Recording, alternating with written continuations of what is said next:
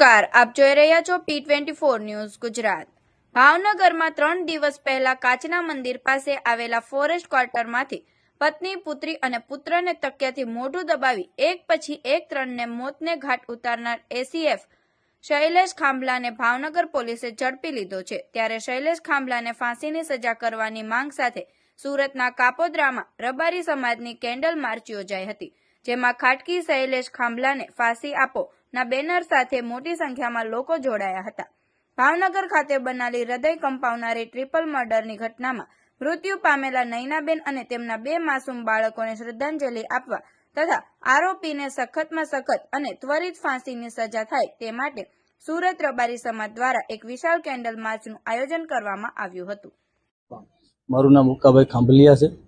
આ ખૂબ જ નિંદનીય ઘટના છે। અમારે શરમ જેખું માથું નીચે ઝુકાવીને ચાલવું પડે છે સમાજની અંદર, એવી ઘટના કરી છે। એટલે અમે તો કોઈ દિવસ માફ કરતા નથી, સમાજ માફ કરવાનો પણ નથી। અમે તો એવું જ કહીએ છીએ કે આને જે અમદાવાદની ઘટના જે બની છે, જે સાયકોલોજીસ્ટથી અને જે પોલીસે એકાઉન્ટે જે કર્યું છે એ જ પ્રમાણે આ ઘટનાને કરે અને આની અંદર જે દોષિત છે એને પહેલાં એકત્રિત પુરાવા કરીને એને પણ આવીને આવી કડક સજા આપે એ સમગ્ર રબારી સમાજની માંગ છે। અને અમે પણ સમગ્ર સમાજની સાથે તાલ મિલાવીને કે આની અંદર કોઈ રહી ન જાય, કોઈ વ્યક્તિ બાકી ન રહી જાય, એવી સૌની અમારી માંગણી છે। સુરતમાં આજે કઈ રીતનું સુરતમાં સમગ્ર સમાજ જે ગોતવા માટે એમને 10 દિવસ માટે થોડી મહેનત કરી હતી। સમાજ એક તાતણે થઈને કે ભાઈ અહીંયા છે 10 દિવસ સુધી સમાજને આખા ગુમરાહ કર્યા છે, એટલે આને કોઈ દિવસ સમાજ માફ ન કરી શકે।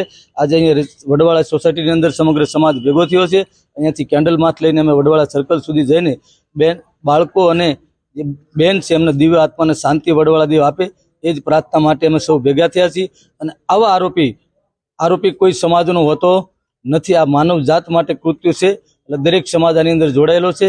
ભગવાન વડવાળા દેવને પ્રાર્થના કરી કે બંને બાળકો અને માતાને ભગવાન દિવ્ય આત્માને શાંતિ આપે, એ જ પ્રાર્થના સમગ્ર રબારી સમાજ પાસે છે। આને કોઈ ન્યાય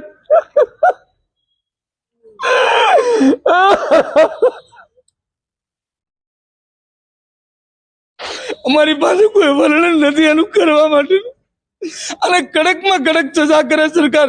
હું તો એમ કહું છું, આ એસએમ ના સાહેબના ગઢની અંદર ઘટના બની છે તો એસએમ જલ્દી આનો નિર્ણય લઈને અને ફાસ્ટ ટ્રેક કોર્ટની અંદર કેસ ચલાવીને તાત્કાલિક શૂટ આઉટ કરે, એ જ અમારી માંગણી છે। આવા અવનવા ભારત સમાચાર માતા જોવા કી માટે જય। જોતા રહો P24 ન્યૂઝ ગુજરાત।